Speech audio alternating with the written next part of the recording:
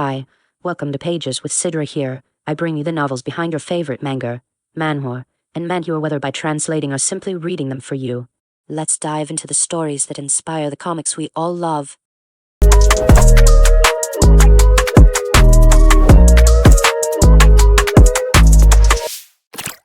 I got a cheat ability in a different world, and become extraordinary even in the real world. Volume 14.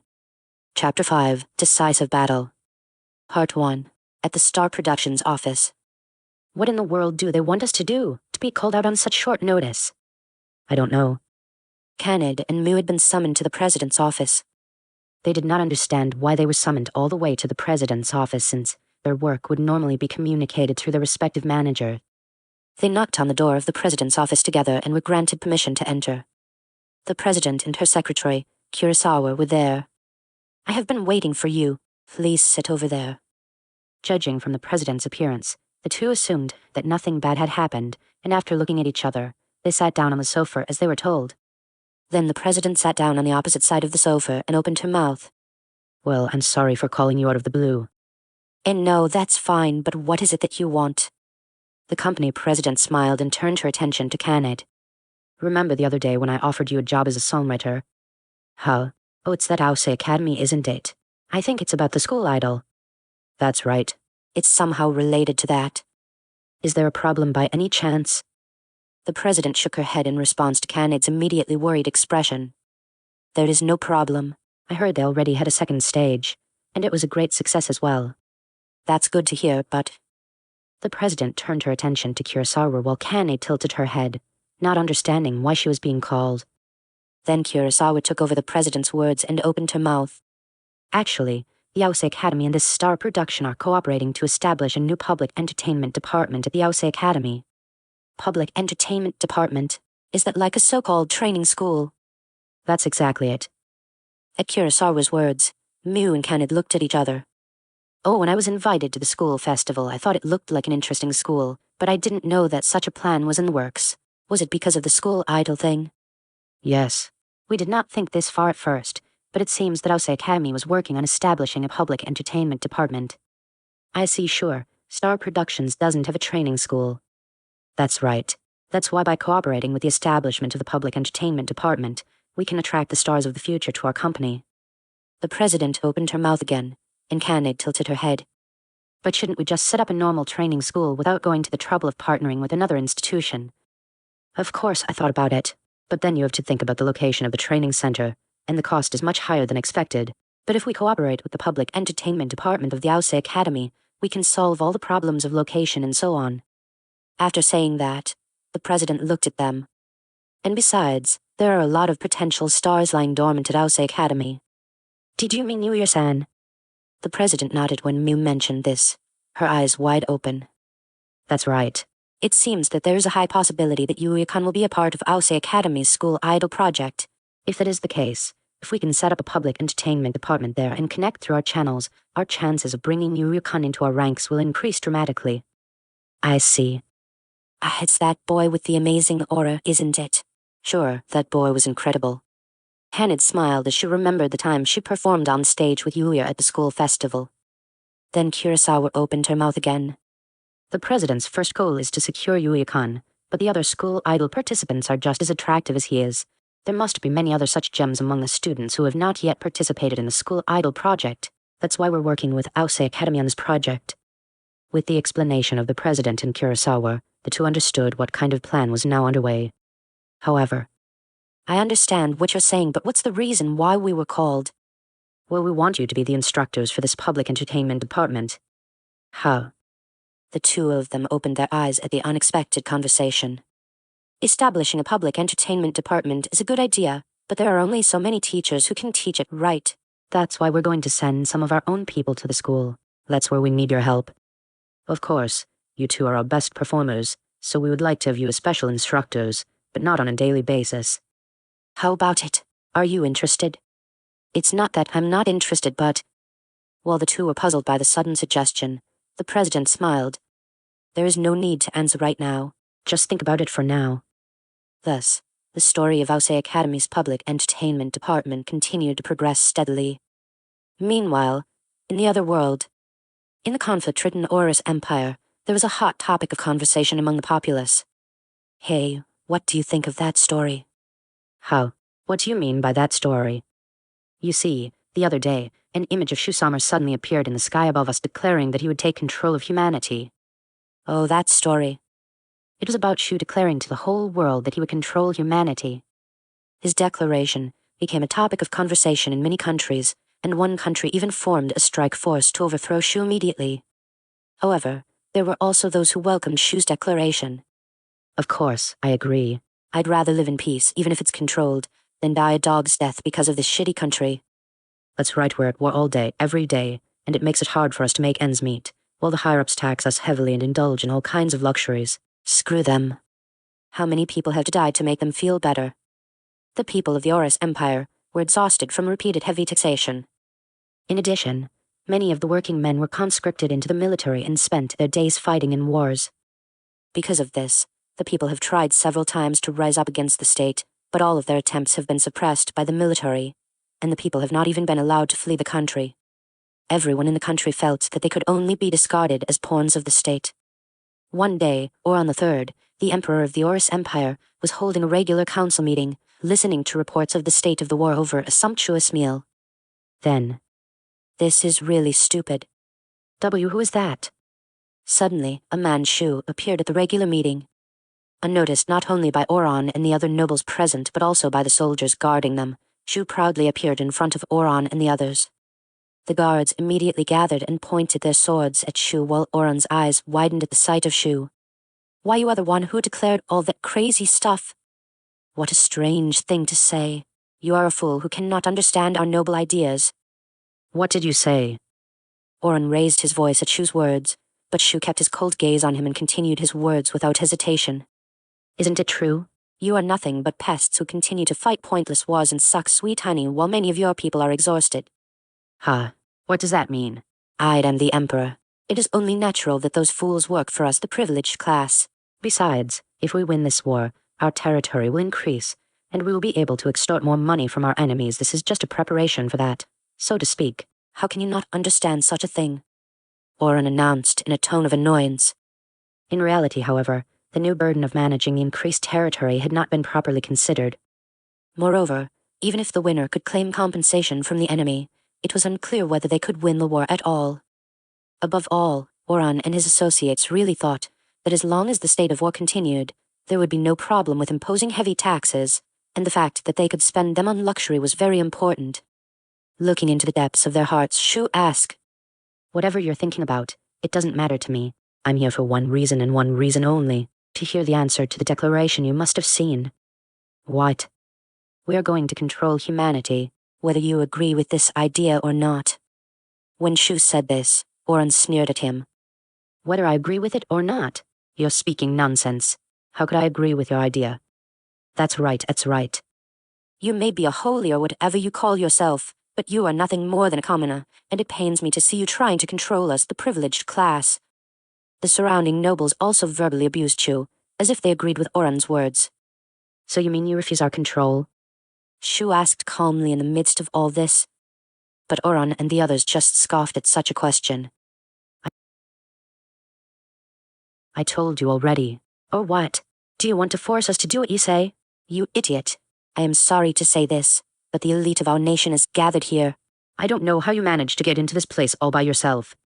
As Oron shouted this, soldiers appeared one by one in the regular meeting room, all of them pointing their swords at Shu at the same time.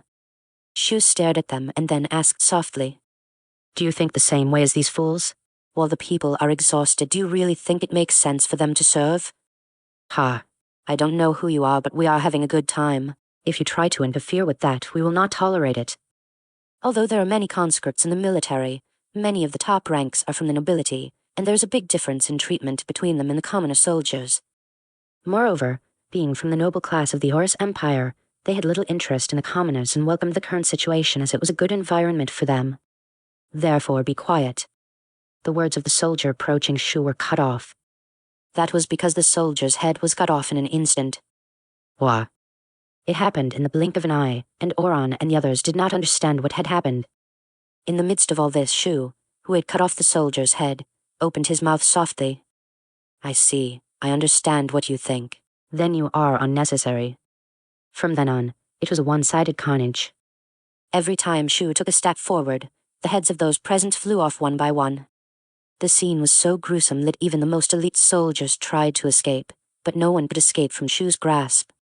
The heads of those present were blown off one by one, and in the end only Oran was left. Why, you bastard, who do you think I am? Oran fell onto his buttocks, shaking. Shu looked down at Oran coldly. I don't care who you are. Before us, the gods, you are nothing more than a speck of dust. And without a moment's hesitation, Oran's head was cut off. The privileged class of the Horus Empire was destroyed in an instant.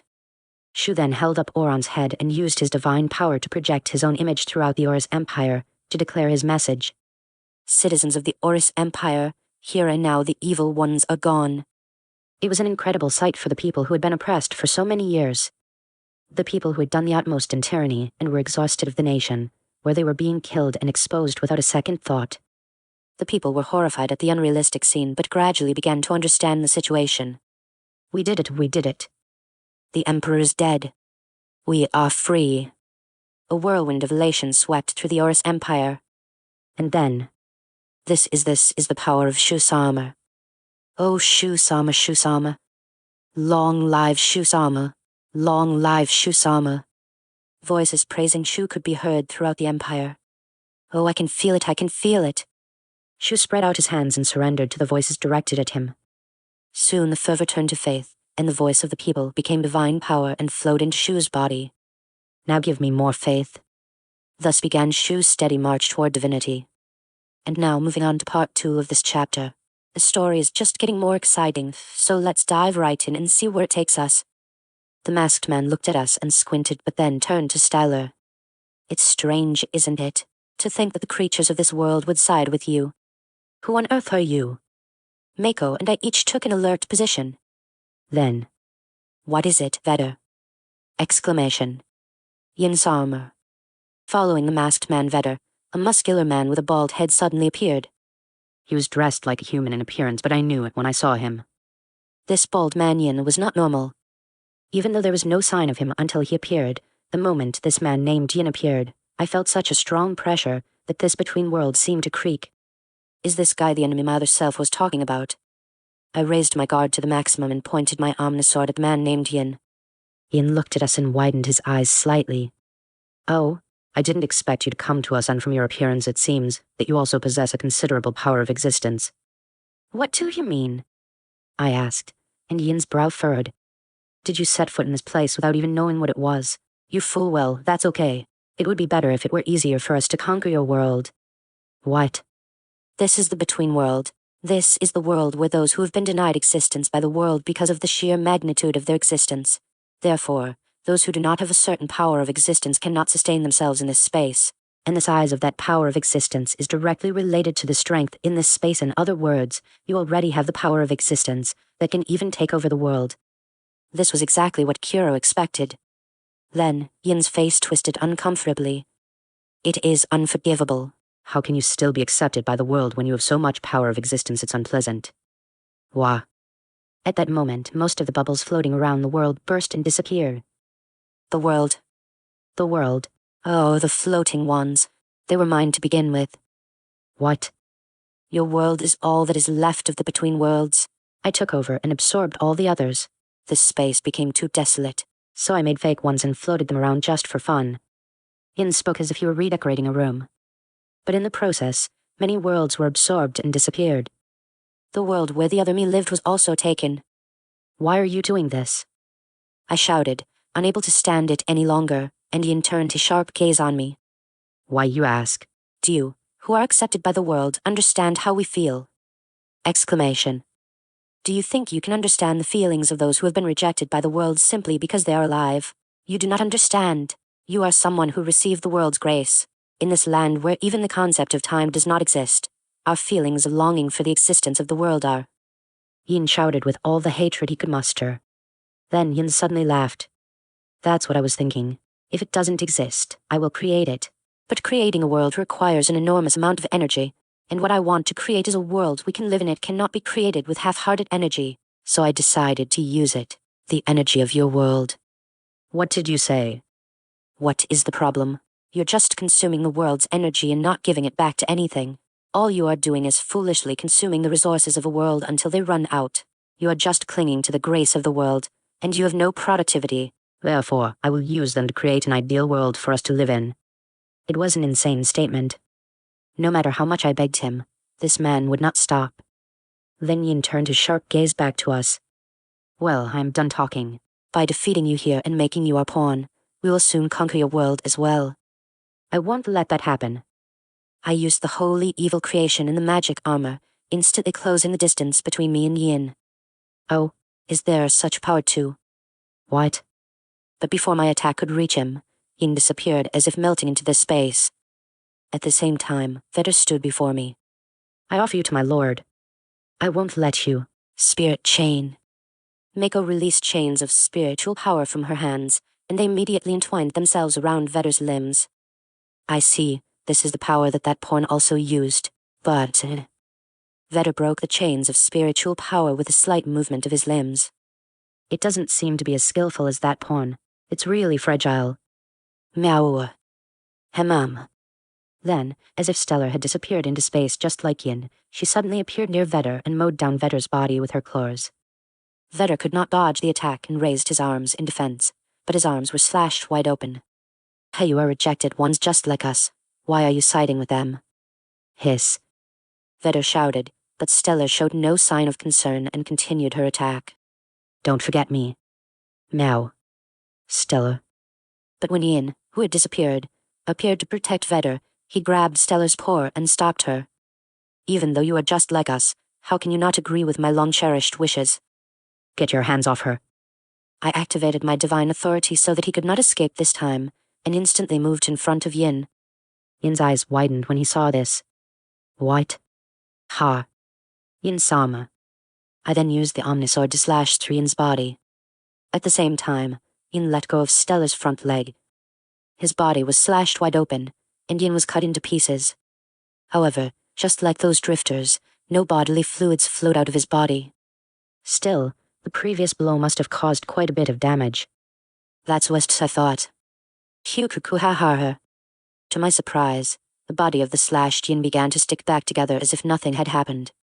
While I was speechless at the bizarre sight, Yin smiled wildly. I see you have the strength to enter this land, but that's not enough to defeat me. The next moment, a tremendous surge of power was released from Yin's body. It was different from any power I had ever experienced. No matter what kind of power you have, it is meaningless in the face of my power of existence that has absorbed so many worlds. Yin hovered above, raising his right hand to the sky and swinging it down. Crash. Do. A tremendous pressure pressed down on my body. My whole body screamed, and intense pain hit me. Somehow I tried to escape from this pressure by using the divine authority and other means, but the divine authority did not work well, and I could not escape. Master. Your opponent is me. Mako immediately moved to help, but her attempt was blocked by Vedder. Although not as strong as Yin Sama, my power of existence is not that bad, you know. Don't interfere. Miwa. Mako and Stellar attacked Vedder, but they struggled due to the invisible pressure Vedder was putting on them. Is this the power of existence thing? Hey, if you have that power, can't use it.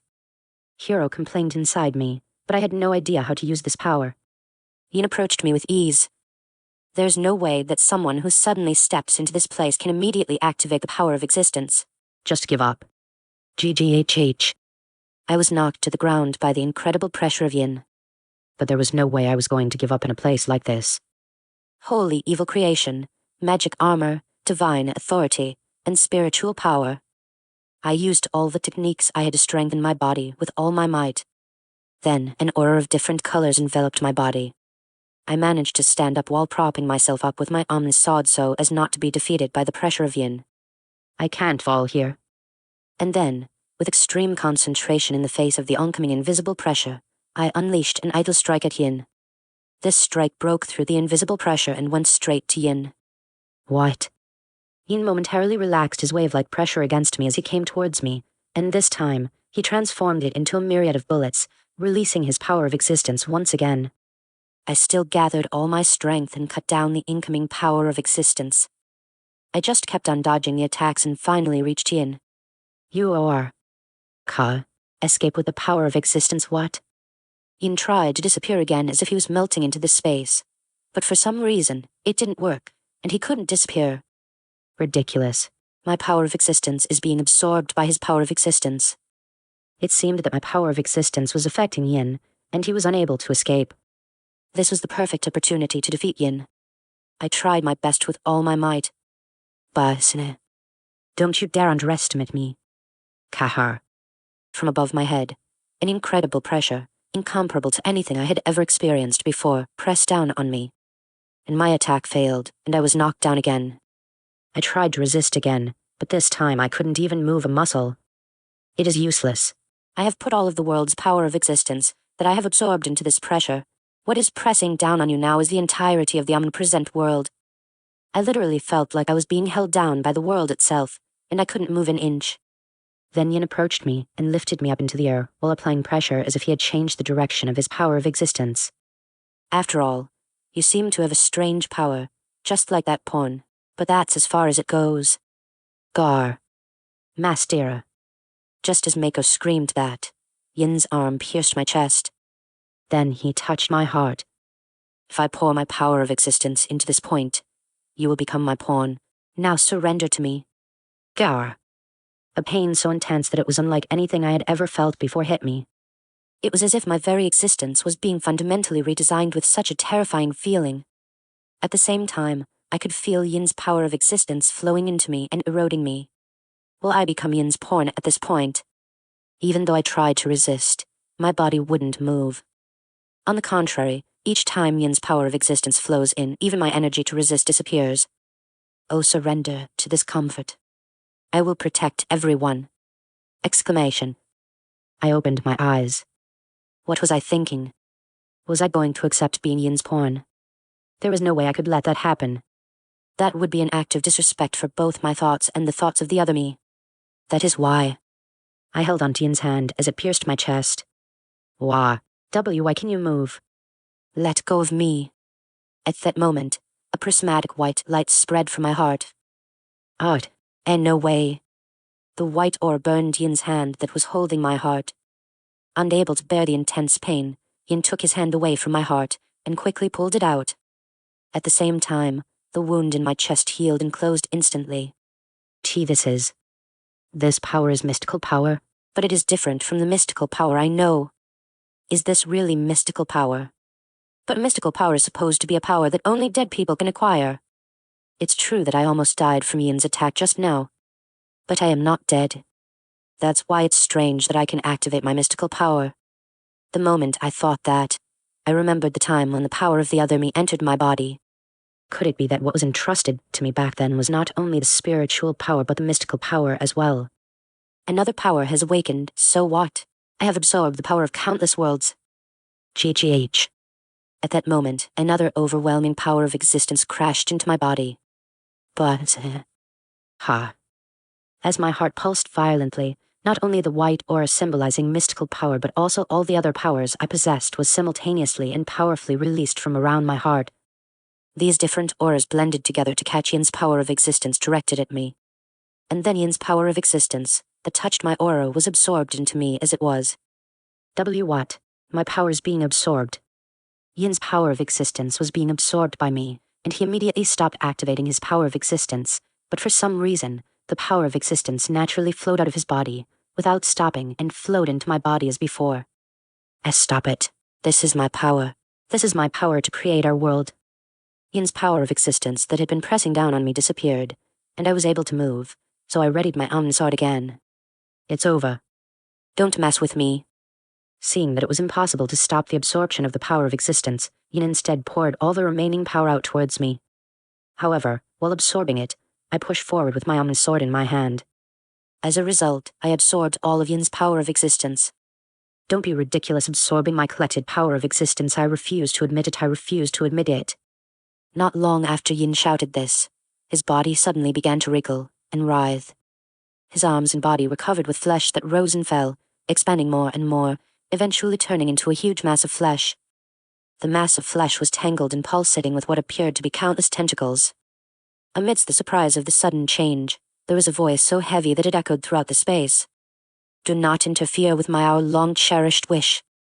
Along with Yin's roar, countless tentacles were released.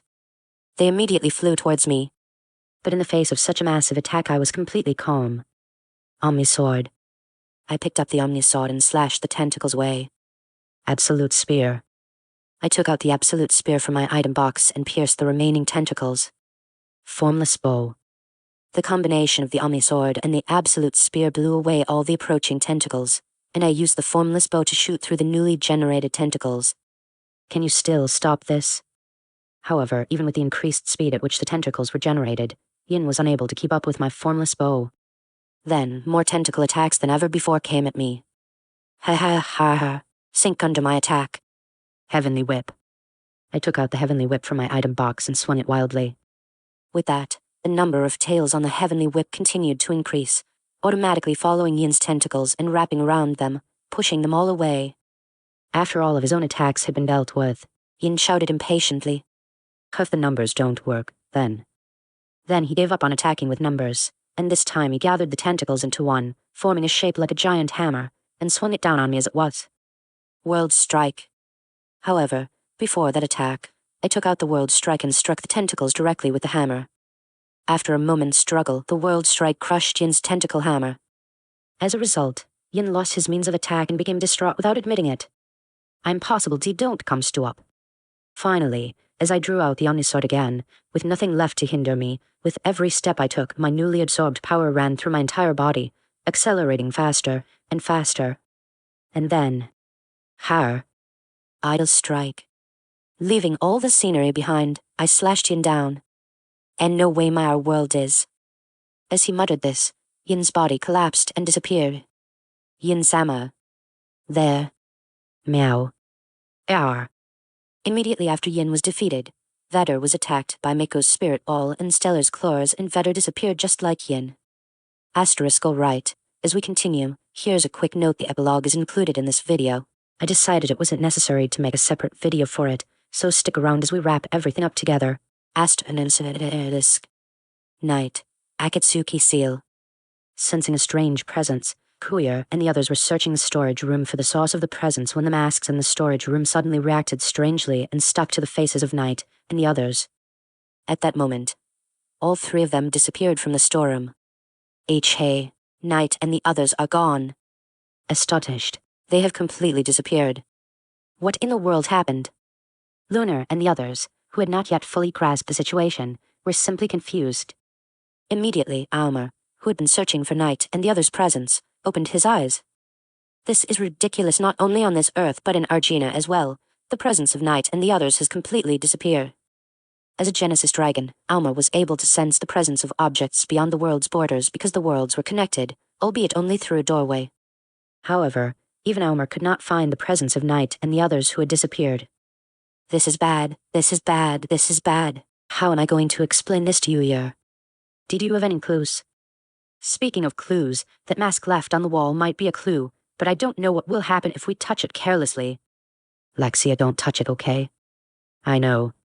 Something had happened tonight, and the others, despite the fact that Yuya had entrusted him to take care of them. Kuya was devastated. But the trouble was not over yet. Lexia, go back. Found. The owner of the presence. Suddenly, a strong presence took over the storage room. The presence was exactly what Kuya and the others were looking for, and they hadn't expected to find it at this time. And the place where that presence was felt was a coffin. There's a presence coming from inside the strange coffin. It is a magnificent coffin, as if it housed Egyptian royalty. It is covered with gold ornaments and jewels, and you can tell at a glance that it is no ordinary coffin. Alma and the others look at the coffin with alarm. Finally, the lid of the coffin slips off. Ugh, where is this place? Is it over? I murmured, still wary of my surroundings. There was no sign of Yin and Vedder coming back to life. Just as I was convinced of that, a sudden feeling of exhaustion overcame me, and I fell to my knees in place. Master.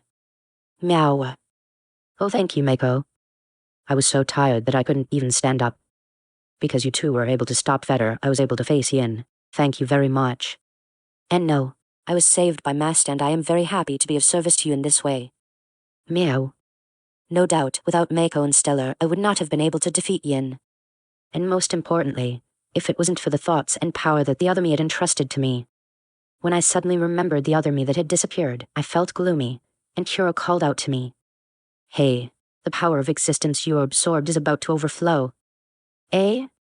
As soon as I replied with such a timid response, a light suddenly began to emanate from my chest. What in the world is going on? Doesn't your body hurt? I'm fine, but... While I was stunned by the sudden phenomenon, a particularly strong light was emitted from my chest. It erupted like a geyser and poured down into this jet-black room. This is... Then a world of soap bubbles was born from the rain of light. Could these be the worlds that he had absorbed?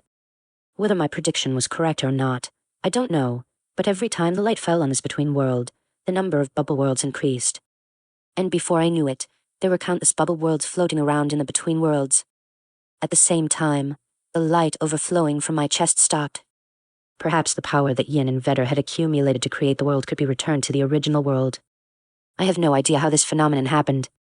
But if this is indeed how the world was restored to its original state, then... I wonder if the world of the other me could have been saved as well. I muttered to myself, thinking about the other me that had disappeared.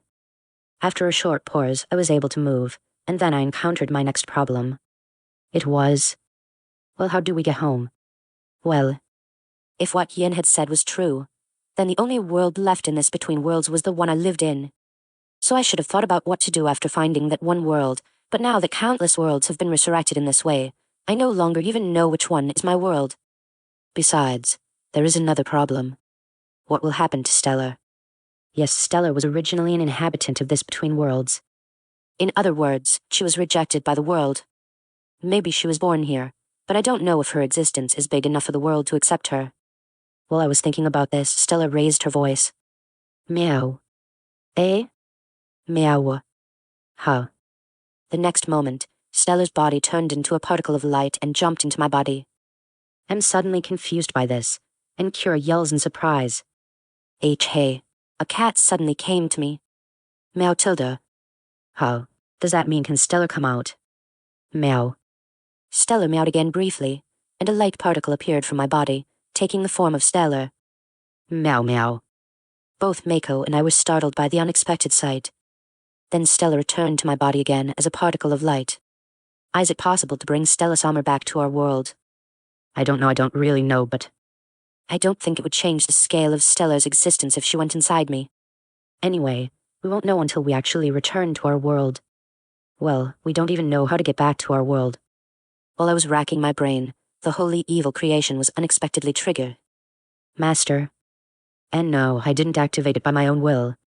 I don't know why the holy evil creation was suddenly triggered, but the aura of the holy evil creation was flowing through the between worlds as if leading somewhere. Could it be? Is our world up ahead? For now, let's follow Master's aura. Yes.